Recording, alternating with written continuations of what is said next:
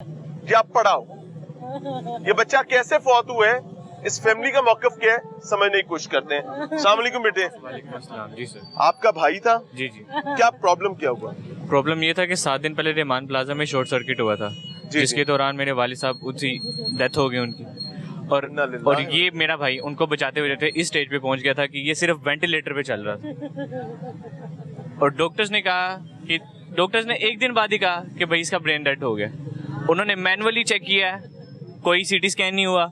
In fact वो कहते हैं कि सीटी स्कैन के लिए हम जा नहीं सकते, हमारे पास जो है मशीनरी नहीं है। इन्होंने ये भी कहा कि हमारे पास मशीनरी नहीं है। इस हॉस्पिटल में मशीनरी नहीं है? ईईजी मशीन है जो कह रहे हैं हमारे पास है ही नहीं। अच्छा, पोर्टेबल है ही नहीं। फिक्स मशीनरी पड़ी हुई है। और फिक्स में पेशेंट को नहीं ले जाया जा सकता, पोर्टेबल चाहिए। पोर्टेबल चाहिए।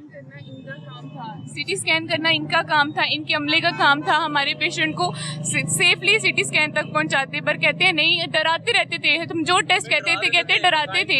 आपके पेशेंट के रास्ते में कुछ भी हो सकता है, आपके पेशेंट को अटैक हो सकता है। असल बात ये इनका अमला इतना एलिजिबल नहीं था कि वो कोई भी कर सकता टेस्ट। इनके किसी भी टेस्ट का हम कह करवाते थे, और अगर कहते थे एंड टाइम कहते थे आप ही कंसेंट साइन करो, आप ही की जिम्मेदारी है, अपनी कोई जिम्मेदारी नहीं। कंसेंट साइन किया, ये एक लीगल ऑब्लिगेशन है, आपको करना चाहिए। इन लोगों ने एंड पे हमसे कंसेंट साइन कराया। हमने कहा आप रिटर्न फॉर्म में लिखो कि आप लोगों की लाइट गई है, आप लोगों की लाइट का क्या मसला था? दोबारा बताएं। लाइट नहीं है, आईसीयू में लाइट नहीं है। वाकई वेंटिलेटर कुछ भी नहीं चल रहा। सच बता रहे हैं? जी सर। 10 घंटे जनरेटर चल रहे हैं, बंद हो जाते हैं, चलते हैं, बंद हो जाते हैं। आईसीयू में जहाँ पेशेंट वेंटिलेटर पर है वहाँ लाइट नहीं, बिल्कुल भी नहीं थी। भाई ये तो ये था कि फर्स्ट डे जो ना, फर्स्ट डे वो एसीडी काम कर रहे थे। ये मैंने खुद अपनी काविश से एसी चले, आग लगे, जाया हूँ, मुझे उससे गर्ज नहीं। वेंटिलेटर के लिए तो बिजली हो ना। ये है ना कि उसमें भी पेशेंट जो जाएगा वो तो इंतहाई निगहदाश्त में जाएगा ना। अंदर गर्मी से दम घुटता था। वो मैंने अपनी काविश से कोशिश कर करके जो है ना वो मैंने एसी चलवाया था। ये उनकी वालदा है। अल्लाह का हुक्म माँ जी, शर्मिंदा भी है, अफसोस भी है। मेरा बच्चा तो ना वापस आएगा इनकी वजह से। मेरा बच्चा चला गया, इतना कीम से मेरा बच्चा चला गया। ऑलरेडी अपना वालिद खो चुका। अभी तो उसने दुनिया देखनी थी, अभी तो उसकी जिंदगी। मुझे माँ जी एक चीज बताएं कि वाकई ही क्या बिजली नहीं होने की वजह से वेंटिलेटर बंद हुए हैं? नहीं थी, मैं रोजे की हालत में हूँ, मैं रोजे की हालत में झूठ नहीं बोलूंगी। नहीं थी बिजली, शिफ्ट किया उसे, हमसे साइन करवाए। आपको डॉक्टर ने बताया कि जी हमारा पावर सिस्टम फेल हो गया और हमारे वेंटिलेटर्स नहीं चल रहे? डॉक्यूमेंट पे लिखा गया था कि यहाँ पे वेंटिलेटर नहीं चल रहे, पावर सप्लाई नहीं आपके पास है डॉक्यूमेंट? वो नहीं, डॉक्यूमेंट्स डॉक्टर के पास है, उन्होंने अंदर रख लिए। आपको कुछ नहीं दिया? कुछ भी नहीं दिया उन्होंने, सिर्फ एक डेथ सर्टिफिकेट। रवैया सर हमदर्दी आपको क्या बताएं, वहाँ पे एक रजिस्ट्रार डॉक्टर है, doctor Tauseef, during second day क्या कह रहा है कि इसके ऑर्गन्स आपने डोनेट करने। अच्छा, बच्चा जिंदा है? जी, बच्चे की हार्ट बीट चल रही है, बच्चा वेंटिलेटर से सांस ले रहा है, और हमें आके कह रहा है डॉक्यूमेंट्स डोनेट कर, ऑर्गन्स डोनेट करते हैं। सर जब कारोबार करते हैं, पास गए 2-4 दफा जाते हैं तो वो कहते हैं डॉक्टर बैठे हैं, उन्होंने चेक करना है, मैंने तो नहीं करना ना।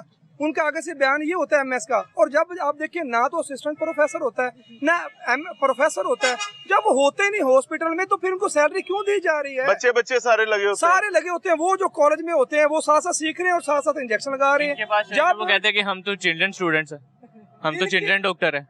और इनको देखे, और जो आ जाए उनके साथ लेडीज डॉक्टर बैठे कमरे में, एक दफा जाके बता दें, आ जाते हैं जी हम, घंटे बाद फिर जाके बताते हैं कि पेन ज्यादा हो रही है, बंदा तकलीफ से मर रहा है। आगे से कहते हैं आप बदतमीजी कर रहे हो, आप चले जाओ, हम देख लेंगे, नहीं तो ले जाओ डॉक्टर मरीज को। इज्जत नक दे उत्ते पई है। मैं ईमानदारी से बताऊं, ये मुल्क जो है ये बदकिस्मती के साथ सिर्फ सरकारी मुलाजिम पालने के काबिल रह गए। जो सरकारी नौकर होगा वो इस मुल्क में तमाम निजाम का बाप होगा। एक लम्हे के लिए सरकारी मुलाजमत मिलती है तो एहसास होना चाहिए कि जनाब मैं कौम का नौकर हूं, कौम का मुलाजिम हूं, मुझे खिदमत करनी है। लेकिन बदकिस्मती की बात यह है कि हमारे यहाँ ये मशहूर है कि सरकारी मुलाजमत मिल गई, इसके पाव बारा, जा ना जा, कम कर ना कर, तनख्वाह आ जानी है यकम नू। और मुझे शर्म आती कई दफा कि जब इनकी तनख्वाहें 2 दिन लेट होती हैं तो हम लोग खड़े होकर इनके लिए शोर मचा रहे होते हैं, और जब किसी का बच्चा मर जाता है तो ये उसको बॉदर ही नहीं कर रहे होते। इनकी बात पर एक बार जाना चाहूंगा, बहुत इंपॉर्टेंट बात थी। ऑर्गन्स के हवाले से डॉक्टर तौसीफ ने आपको कितने दिन कहा था? ये दूसरे दिन कह दिया था। और बच्चा ठीक था? उसका बच्चा ठीक था, बच्चा यानी कि हार्ट बीट उसकी प्रॉपर हार्ट चल रहा था, दिल चल रहा था। उसने आपकी कोई काउंसलिंग की थी? कहीं गलत ना मिस कोट ना हो जाए, क्या काउंसलिंग कर रहे थे कि आपको रास्ता दिखा रहे थे? नहीं, अब यहाँ पे सीटी स्कैन मौजूद है, ठीक है, ईजी मशीन मौजूद ही नहीं है यहाँ पे। सीटी स्कैन मौजूद है, सीटी स्कैन किया भी नहीं है, उसके अलावा ही कह रहे हैं कि इसके जो माइंड है वो डेड हो गया। किस बेस पे कह रहे हैं? डॉक्टर्स जो है वो ज़हनी तौर पर तैयार हो गए, ज़हनी तौर पे तैयार थे, खत्म है। आपको कोई काउंसलिंग की उन्होंने? हमें सिर्फ यही कहते थे कि दुआ करें। दूसरी बात ये है सर जी कि आप अल्ट्रासाउंड के लिए या सीटी स्कैन के लिए कोई आम मरीज को ले जाएं, अगर वो आपको 1 महीना या 2 महीने से पहले टाइम दे दें तो फिर आप हमें कहना कि हम गलत हैं। आम मरीज को ये 1 महीना 2 महीने से पहले सीटी स्कैन का अल्ट्रासाउंड का टाइम नहीं देते।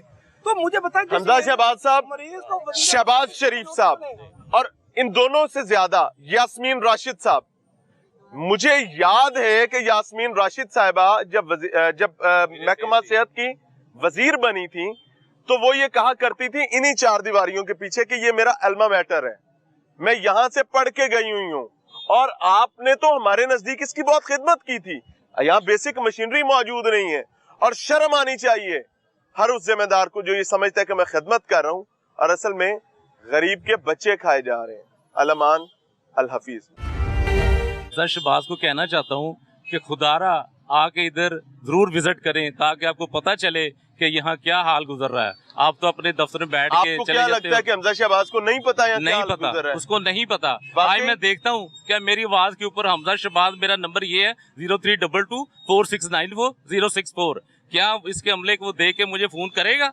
मैं पता चल जाएगा। मैंने हमजा शहबाज के लिए जेल काटी है। अच्छा, हमने इसके बावजूद जेल काटी है। नीले गुम्ब से हमारी गिरफ्तारी हुई थी जब परवेज मुशर्रफ की हुकूमत थी। राना खशनूद मेरे साथ अंदर बंद था इशरा थाने में, और उसी की हुकूमत में आपका बच्चा यहाँ पर जान दे देता। हमजा शहबाज साहब कहते शर्म वाला अंदर बढ़िया, बेशर्म आख्या मैं तू डरिया। भाई मैं तो ऐसी बात करता हूँ, जो होता है कर ले इस गरीब आदमी का, और इन गरीब लोगों का आपको जवाब देना पड़ेगा। और अगर नहीं करेंगे तो मैं आपको यहाँ खड़ा होकर कह रहा हूँ, इनके चेहरे देख ले। मैं अक्सर ये बात करता हूँ, इनके हाथों को पहचान ले। रोजे मैशर आपके गिरबान होंगे और इनके हाथ होंगे। उस वक्त आप अल्लाह रब्बुल इज्जत से पूछेंगे कि मैंने इनके साथ कुछ बुरा तो नहीं किया था, तो उस वक्त आपके सामने ये माहौल रखा जाएगा कि यहाँ पर इस माँ ने, इस खातून ने अपना बच्चा आपकी हुकूमत में खोया था और जिम्मेदारी किसी ने नहीं ली।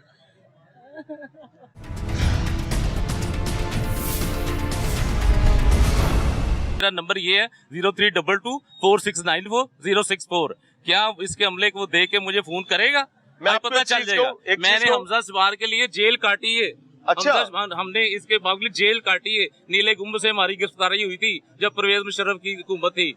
राना खशनूद मेरे साथ अंदर बंद था इशरा थाने में, और उसी की हुकूमत में आपका बच्चा यहाँ पर जान दे देता। हमजा शहबाज साहब कहते शर्म वाला अंदर बढ़िया, बेशर्म आख्या मैं तू डरिया। भाई मैं तो ऐसी बात करता हूँ, जो होता है कर ले इस गरीब आदमी का, और इन गरीब लोगों का आपको जवाब देना पड़ेगा। और अगर नहीं करेंगे तो मैं आपको यहाँ खड़ा होकर कह रहा हूँ, इनके चेहरे देख ले। मैं अक्सर ये बात करता हूँ, इनके हाथों को पहचान ले। रोजे मैशर आपके गिरबान होंगे और इनके हाथ होंगे। उस वक्त आप अल्लाह रब्बुल इज्जत से पूछेंगे कि मैंने इनके साथ कुछ बुरा तो नहीं किया था, तो उस वक्त आपके सामने ये माहौल रखा जाएगा कि यहाँ पर इस माँ ने, इस खातून ने अपना बच्चा आपकी हुकूमत में खोया था और जिम्मेदारी किसी ने नहीं ली।